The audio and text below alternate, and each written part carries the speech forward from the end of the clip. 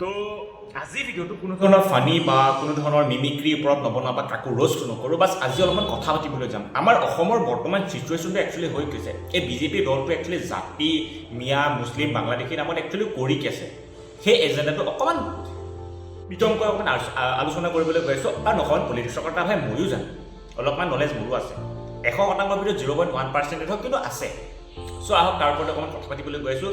আশা কৰোঁ আপোনালোকে ভিডিঅ'টো সম্পূৰ্ণকৈ চাব, চাই পিনি নিজৰ এটা অপিনিয়ন দি যাব আৰু ভালেই হৈছে নে বেয়াই হৈছে, আৰু অলপমান ভাবি চাব কথাটো কি কৈছোঁ। হোক আপোনালোকে ভিডিঅ' সম্পূৰ্ণকৈ চাব। বাকী তো আহক সকলোকে স্বাগতম জনাইছোঁ মোৰ চেনেলটোলৈ, যিটো চেনেলটোলৈ। গতিকে যদি ভাল লাগে এইবিলাক বাতি পিনে ভিডিঅ'টো আৰম্ভ কৰা হওক। সদায় কম্প্ৰমাইজ কৰিবলৈ আগ্ৰহী হৈ থাকে। মাত্ৰ 10টা বছৰৰ ভিতৰত আমি জাতি মাটি ভেটি হেৰুৱাই পেলাম। 15টা এই কথাটোৰ প্ৰত্যুত্তৰত মই আমাৰ অসমৰ মুখ্যমন্ত্ৰী মহোদয়ক এটাই কথা ক'বলৈ বিচাৰোঁ। এটা সময়ত অসমৰ চেণ্ট্ৰেলত প্ৰধানমন্ত্ৰী মুছলিম আছিলে, ৰাষ্ট্ৰপতি পৰ্যন্ত মুছলিম আছিলে। আমাৰ অসমতো এটা সময়ত অসমৰ মুখ্যমন্ত্ৰী এটা সময়ত মুছলমান আছিলে, কিন্তু তেতিয়া আমাৰ অসমীয়া জাতিটো একো প্ৰব্লেম নাছিল। কিন্তু এতিয়া চালা চেণ্ট্ৰেলতো বিজেপি, অসমৰ ৰাজ্যটো গোটেইখন বিজেপি চবফালে ভৰিছে, গোটেই সবা বিজেপিৰ মানে হিন্দু বুলিয়ে ক'ব পাৰোঁ, চবফালে হিন্দু ভৰিছে। তথাপিও আমাৰ অসমীয়া জাতিটো বিপদানিকা গোটেইখন আউজি আছে, আৰু তাৰ এটাই সমাধান বিজেপি। আজি যদি অসমীয়া নীৰৱে থাকে, না আপুনি 10 বছৰ একচুৱেলি কথাটো মিছা কৈছে। আপুনি ক'ব লাগে যে গোটেই 100, 150, 1 লাখ কোটি যিমান বছৰ আছে যেতিয়ালৈকে বিজেপি থাকিব নে তেতিয়ালৈকে অসমীয়া জাতিটো ৰক্ষিত থাকিব। 10 বছৰ কি আপোনালোকে অলপমান এক্সটেণ্ড কৰিব লাগিছে। 10 বছৰ আপুনি ইয়াৰ 10 বছৰ পিছত আপুনি মাটি ভেটি হেৰুৱাই পেলাম। 15টা বছৰৰ ভিতৰত ৰাজ্যৰ মন্ত্ৰীসভাৰ ইয়াতে দেখি থ'লে মই এটা প্ৰশ্ন কৰিছোঁ যে এটা সময় এতিয়া মণিপুৰ 2 বছৰৰ পৰা জ্বলি আছে। আপোনালোকে বিজেপি চৰকাৰৰ দেখোন প্ৰধানমন্ত্ৰী এবাৰো মণিপুৰলৈ ভিজিট নকৰে। ইমান যে বাহিৰত যে ভ্ৰমণ কৰি ফুৰে, এবাৰ মানুহ মণিপুৰলৈ গৈ ভালকৈ প্ৰব্লেমটো ছল্ভ কৰি নিলে। 2 বছৰৰ পৰা যে তাক মহিলা এজনী লেংটা কৰি গোটেইখন ঘূৰাই পাইছিল, তেতিয়া আপোনালোকে ক'ত গৈছিলে? আপোনালোকে হিন্দুত্বৰ প্ৰতিচ্ছবিটো ক'ত গৈছিল তেতিয়া? না ভাই, তেতিয়া পকৰত ইমান গমেই নাই, হয় নহয়? কংগ্ৰেছৰ বাবে এতিয়া সময় আহিছে হাতৰ ছবিটোৰ জাগাত লুঙিৰ ছবিত ইলেকশ্যন উঠাৰ কাৰণে। কাৰণ কংগ্ৰেছে লুঙি, ধুতি, সূতা আৰু আঁঠুৱাৰ বাদে একো বুজি নাপায়।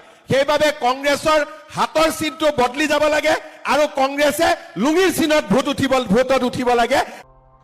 আপুনি এইটো কথা কিয় কৈছে নাজানো। কংগ্ৰেছে যে মিয়াৰ এইবিলাক লুংগি চুংগি কিবা কিবি কৰিবলৈ, সেই হিচাপত চাবলৈ গ'লে আপোনালোকেতো পদুম ফুলৰ ছবিটো আঁতৰাই পিনে গৰু চোৰ, ভূত চোৰ তেনেকুৱা ধৰণৰ কিবা এটা প্ৰতিচ্ছবি আপোনালোকৰ লগতো ৰাখিব লাগে। পদুম ফুলটো আঁতৰাই দিয়ক।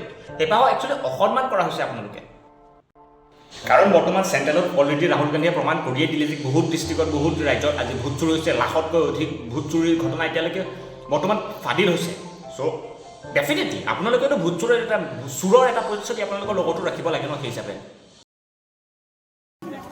ओ मैडम, आप हमको जरा बताइएगा कि आप किस हैसियत से यहाँ पर काम कर रही हैं? আৰে এডিটৰ চুটমাৰ্ণি কিহৰ ভিডিঅ' লগাইছো দে, কেলা টপাৰ ফালিব বিজেপিয়ে।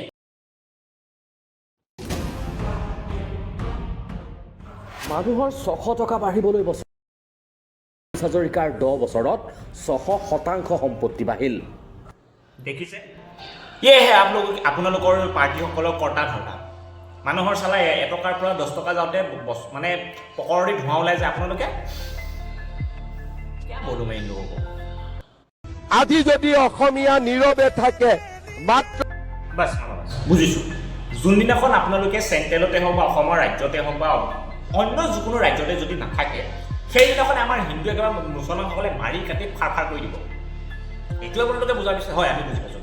উই আৰ ভেৰি ইডিয়ট, আমি মূৰ্খ, আমি গতিকে বুজি পাইছোঁ। আমি আকৌ আপোনালোকে ভুটিম, কাৰণ আমাৰ অসমীয়া জাতিটো ৰক্ষা কৰিবলৈ বহুত দৰকাৰ।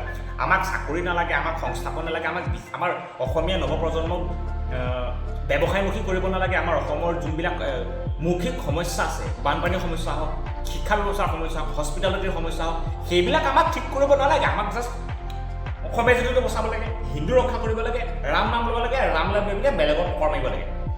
সেইটোৱে কাম। শেষত মোৰ আপোনালোকে দুআষাৰ, এই যে আপোনালোকে হিন্দু মুছলিম বাংলাদেশী এইবিলাকৰ বা অসমীয়া জাতি ৰক্ষা কৰিবৰ নামত যে ইমানখিনি যে কৰি আছে, আপোনালোকক এটা একদম ফকতি এটা চলিউশ্যন দিওঁ ন। আপুনি পাৰে যদি অসমীয়া জাতিটোৰ কাৰণে যদি ইমানে যদি কৰিবলৈ মন আছে, একচুৱেলি আমাৰ অসমীয়া জাতিটোৰ যিমানখিনি নৱপ্ৰজন্ম আছে তেওঁলোকক বাহিৰত য'ত গৈছে, ক'ৰবাত লেবাৰ কৰিছে, ক'ৰবাত শ্ৰমিক কৰি আছে, ক'ৰবাত ক'ৰবাত বাচন দিছোঁ, কাৰোবাৰ লেট্ৰিন চাফা কৰিছোঁ, ক'ৰবাত ইটা দাঙি আছে, সেইসকল অসমলৈ মাতক। অসমলৈ মাতি তেওঁলোকক প্ৰপাৰ সংস্থাপন দিয়ক, প্ৰপাৰ বিজনেছ ব্যৱসায়মুখী হওক বা কিবা এটা কৰিবলৈ তেওঁলোকক ব্যৱস্থা কৰি দিয়ক। তেতিয়া ক'ম আপোনালোকে আপুনি একচুৱেলি আপুনি অসমৰ জনতাসকলৰ কাৰণে আপুনি কিবা এটা ভাবিছে, কিবা এটা ভাবে। এই এনেকৈ নিউজ লাইভত আহি পিনে মই অসমীয়াৰ কাৰণে অমুক কৰিম, মই অসমীয়া যিটো ৰক্ষা কৰিব আৰু 10 বছৰ লাগিব, আৰে উই আৰ নট ফাকিং মূৰ্খ। তো বাছ বন্ধুসকল, আজিলৈ ইমানতে ভিডিঅ'টো সমাপ্ত কৰিছোঁ। যদি ভিডিঅ'টো ভাল লাগিছে চাই আৰু লাইক কমেণ্ট শ্বেয়াৰ ছাবস্ক্ৰাইব কৰি ভিক্ষা খুজিছোঁ আপোনাক কৰি যাব। ইমানতে চাইছে যে বহুত ধন্যবাদ। কৃষ্ণ।